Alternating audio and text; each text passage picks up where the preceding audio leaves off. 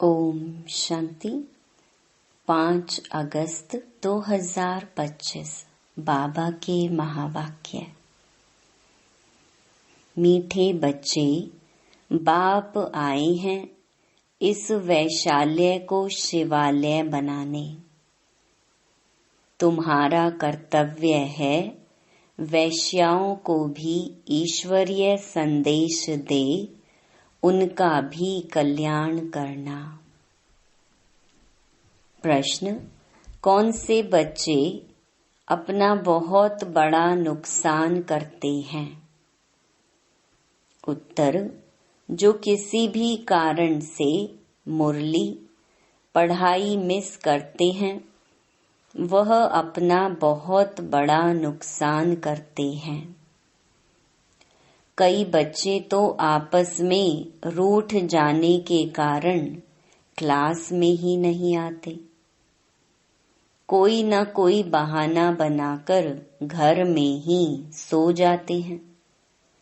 इससे वे अपना ही नुकसान करते हैं, क्योंकि बाबा तो रोज कोई न कोई नई युक्तियां बताते रहते हैं। सुनेंगे ही नहीं तो अमल में कैसे लाएंगे? ओम शांति। मीठे मीठे रूहानी बच्चे यह तो जानते हैं कि अभी हम विश्व के मालिक बनने के लिए पुरुषार्थ कर रहे हैं। भल माया भी भुला देती है, कोई कोई को तो सारा दिन भुला देती है।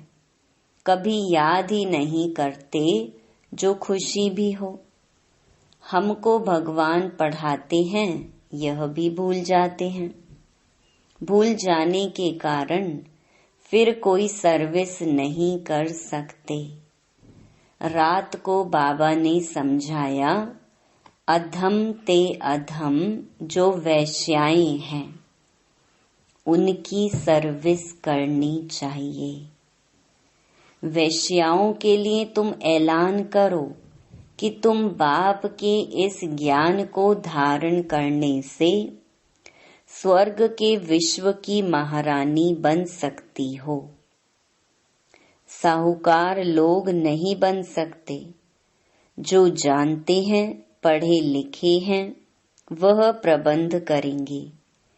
उन्हों को ज्ञान देने का तो बेचारी बहुत खुश होंगी, क्योंकि वह भी अबलाएं हैं। उनको तुम समझा सकते हो। युक्तियां तो बहुत ही बाप समझाते रहते हैं। बोलो, तुम ही ऊंच ते ऊंच, नीच ते नीच बनी हो। तुम्हारे नाम से ही भारत वैशाल्य बना है। फिर तुम शिवालय में जा सकती हो, यह पुरुषार्थ करने से। तुम अभी पैसे के लिए कितना गंदा काम करती हो, अब यह छोड़ो। ऐसा समझाने से वह बहुत खुश होंगी। तुमको कोई रोक नहीं सकते। यह तो अच्छी बात है ना। गरीबों का है ही भगवान। पैसे के कारण बहुत गंदा काम करती हैं। उन्हों का जैसे धंधा चलता है। अभी बच्चे कहते हैं, हम युक्तियां निकालेंगे सर्विस वृद्धि को कैसे पाए। कोई बच्चे कोई न कोई बात में रूठ भी पड़ते हैं, पढ़ाई भी छोड़ देते हैं। यह नहीं समझते कि हम नहीं पढ़ेंगे तो अपना ही नुकसान करेंगे। रूठ कर बैठ जाते हैं। फलानी ने यह कहा, ऐसे कहा, इसीलिए आते नहीं। हफ्ते में एक बार मुश्किल आते हैं। बाबा तो मुरलियों में कभी क्या राय देते रहते हैं। मुरली सुनना तो चाहिए ना। क्लास में जब आएंगे तो सुनेंगे। ऐसे बहुत हैं, कारण अकारणे बहाना बनाए सो जाएंगे। अच्छा, आज नहीं जाते हैं।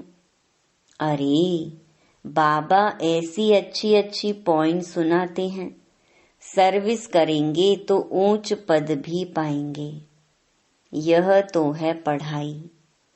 बनारस हिंदू यूनिवर्सिटी आदि में शास्त्र बहुत पढ़ते हैं। दूसरा कोई धंधा नहीं होगा तो बस शास्त्र कंठ कर सत्संग शुरू कर देते हैं। उनमें उद्देश्य आदि तो कुछ है नहीं। इस पढ़ाई से तो सबका बेड़ा पार होता है। तो तुम बच्चों को ऐसे ऐसे अधम की सर्विस करनी है। साहूकार लोग जब देखेंगे यहाँ ऐसे ऐसे आते हैं तो उनके आने की दिल नहीं होगी। दे अभिमान है ना, उनको लज्जा आएगी। अच्छा तो उनका एक अलग स्कूल खोल दो। वह पढ़ाई तो है पाई पैसे की, शरीर निर्वाह अर्थ। यह तो है 21 जन्मों के लिए। कितनों का कल्याण हो जाएगा। अक्सर करके माताएं भी पूछती हैं कि बाबा घर में गीता पाठशाला खोले। उन्हों को ईश्वरीय सेवा का शौक रहता है। पुरुष लोग तो इधर उधर क्लब आदि में घूमते रहते हैं। साहूकारों के लिए तो यहाँ ही स्वर्ग है। कितने फैशन आदि करते रहते हैं, लेकिन देवताओं की तो नेचुरल ब्यूटी देखो कैसी है। कितना फर्क है। वैसे यहाँ तुमको सच सुनाया जाता है तो कितने थोड़े आते हैं, सो भी गरीब। उस तरफ झट चले जाते हैं, वहां भी श्रृंगार आदि करके जाते हैं। गुरु लोग सगाई भी कराते हैं। यहाँ किसकी सगाई कराई जाती है तो भी बचाने के लिए। काम चिता पर चढ़ने से बच जाए। ज्ञान चिता पर बैठ पदम भाग्यशाली बन जाएं। माँ बाप को कहते हैं यह बर्बादी का धंधा छोड़ चलो स्वर्ग में, तो कहते हैं क्या करें। यह दुनिया वाले हमारे ऊपर बिगड़ेंगे कि कुल का नाम बदनाम करते हैं। शादी ना कराना कायदे के बरखिलाफ है। लोक लाज कुल की मर्यादा छोड़ते नहीं हैं। भक्ति मार्ग में गाते हैं मेरा तो एक दूसरा न कोई। मीरा के भी गीत हैं। फीमेल्स में नंबर 1 भक्तिन मीरा, मेल्स में नारद गाया हुआ है। नारद की भी कहानी है ना। तुमको कोई नया आदमी कहे मैं लक्ष्मी को वर सकता हूँ तो बोलो अपने को देखो लायक हो। पवित्र सर्वगुण संपन्न हो। यह तो विकारी पतित दुनिया है। बाप आए हैं उनसे निकाल पावन बनाने। पावन बनो तब तो लक्ष्मी को वरने के लायक बन सकेंगे। यहाँ बाबा के पास आते हैं, प्रतिज्ञा करते फिर घर में जाकर विकार में गिरते हैं। ऐसे ऐसे समाचार आते हैं। बाबा कहते हैं ऐसे ऐसे को जो ब्राह्मणी ले आती है उनके ऊपर भी असर पड़ जाता है। इंद्र सभा की कहानी भी है ना, तो ले आने वाले पर भी दंड पड़ जाता है। बाबा ब्राह्मणियों को हमेशा कहते हैं कच्चे कच्चे को मत ले आओ। तुम्हारी अवस्था भी गिर पड़ेगी क्योंकि बेकायदे ले आई। वास्तव में ब्राह्मणी बनना है बहुत सहज, 10-15 दिन में बन सकती है। बाबा किसको भी समझाने की बहुत सहज युक्ति बताते हैं। तुम भारतवासी आदि सनातन देवी देवता धर्म के थे, स्वर्गवासी थे। अब नरकवासी हो, फिर स्वर्गवासी बनना है तो यह विकार छोड़ो। सिर्फ बाप को याद करो तो विकर्म विनाश हो जाए। कितना सहज है, परंतु कोई बिल्कुल समझते नहीं है। खुद ही नहीं समझते तो औरों को क्या समझाएंगे। वानप्रस्थ अवस्था में भी मोह की रग जाती रहती है। आजकल वानप्रस्थ अवस्था में इतने नहीं जाते हैं, तमो प्रधान है ना, यहाँ ही फंसे रहते हैं। आगे वानप्रस्थियों के बड़े बड़े आश्रम थे, आजकल इतने नहीं हैं। 80-90 वर्ष के हो जाते तो भी घर को नहीं छोड़ते, समझते ही नहीं कि वाणी से परे जाना है।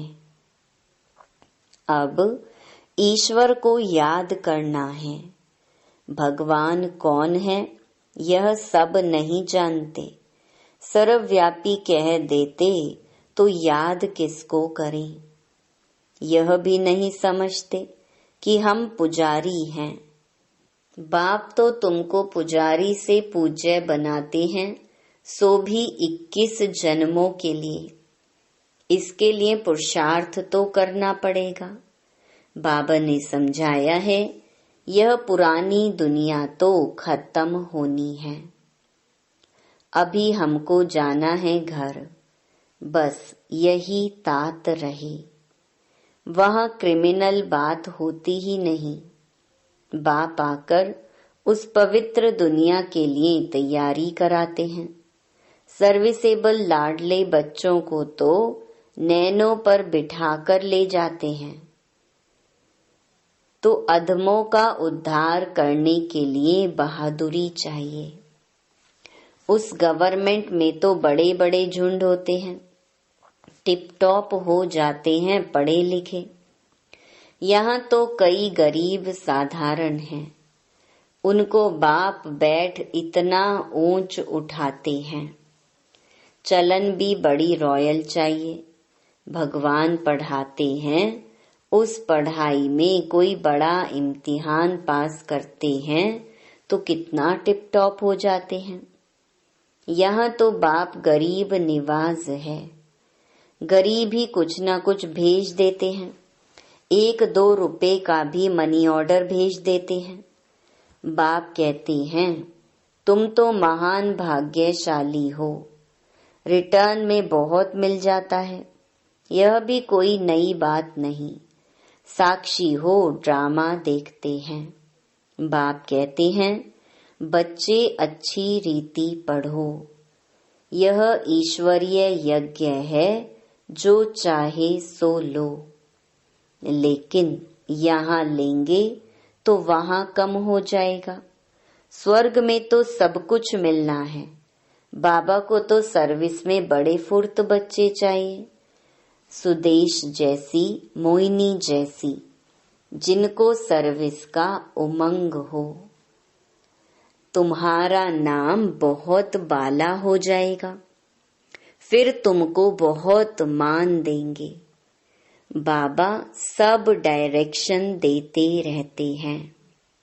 बाबा तो कहते हैं, यहाँ बच्चों को जितना समय मिले याद में रहो।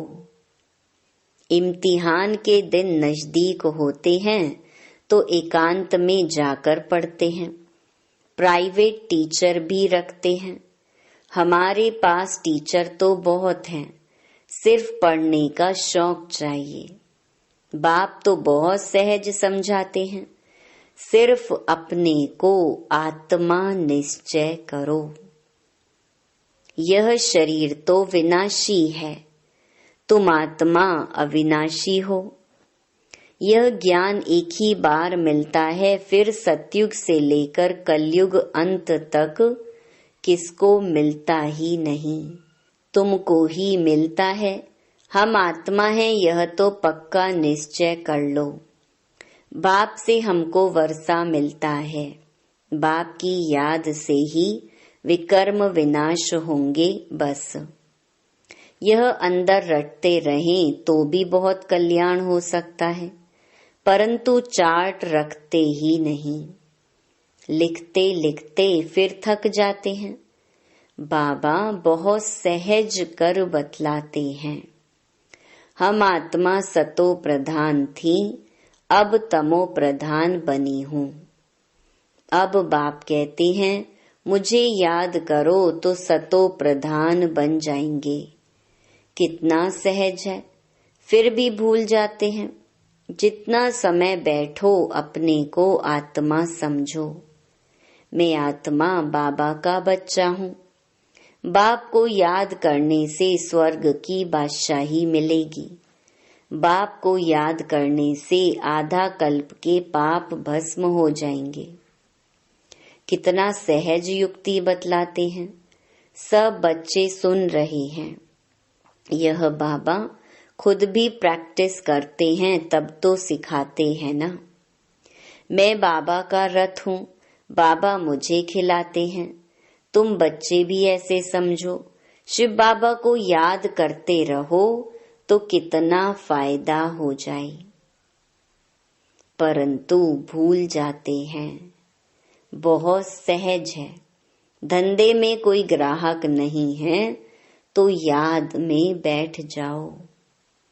मैं आत्मा हूँ, बाबा को याद करना है। बीमारी में भी याद कर सकते हो। बांधेली हो तो वहां बैठ तुम याद करती रहो तो 10-20 वर्ष वालों से भी ऊंच पद पा सकती हो। अच्छा, मीठे मीठे सिकिलधे बच्चों प्रति माता पिता बाप दादा का याद प्यार और गुड मॉर्निंग। रूहानी बाप की रूहानी बच्चों को नमस्ते। धारणा के लिए मुख्य सार। पहला, सर्विस में बहुत बहुत फुर्त बनना है। जितना समय मिले एकांत में बैठ बाप को याद करना है। पढ़ाई का शौक रखना है, पढ़ाई से रूठना नहीं है। दूसरा, अपनी चलन बहुत बहुत रॉयल रखनी है। बस अब घर जाना है, पुरानी दुनिया खत्म होनी है, इसीलिए मोह की रगें तोड़ देनी है। वानप्रस्थ वाणी से परे अवस्था में रहने का अभ्यास करना है। अधमों का भी उद्धार करने की सेवा करनी है। वरदान, श्रेष्ठ वृत्ति द्वारा वृत्तियों का परिवर्तन करने वाले सदा सिद्धि स्वरूप भव। सिद्धि स्वरूप बनने के लिए वृत्ति द्वारा वृत्तियों को, संकल्प द्वारा संकल्पों को परिवर्तन करने का कार्य करो। इसकी रिसर्च करो। जब इस सेवा में बिजी हो जाएंगे तो यह सूक्ष्म सेवा स्वतः कई कमजोरियों से पार कर देगी। अभी इसका प्लान बनाओ तो जिज्ञासु भी ज्यादा बढ़ेंगे, मदोगरी भी बहुत बढ़ेगी, मकान भी मिल जाएंगे, सब सिद्धियां सहज हो जाएंगी। यह विधि सिद्धि स्वरूप बना देगी। स्लोगन, समय को सफल करते रहो तो समय के धोखे से बच जाएंगे। अव्यक्त इशारे, सहज योगी बनना है तो परमात्मा प्यार के अनुभवी बनो। बाप का बच्चों से इतना प्यार है जो रोज प्यार का रिस्पॉन्ड देने के लिए इतना बड़ा पत्र लिखते हैं, याद प्यार देते हैं और साथी बन सदा साथ निभाते हैं। तो इस प्यार में अपनी सब कमजोरियां कुर्बान कर दो। परमात्मा प्यार में ऐसे समाये रहो जो कभी हद का प्रभाव अपनी ओर आकर्षित न कर सके। सदा बेहद की प्राप्तियों में मगन रहो, जिससे रूहानियत की खुशबू वातावरण में फैल जाए। अच्छा,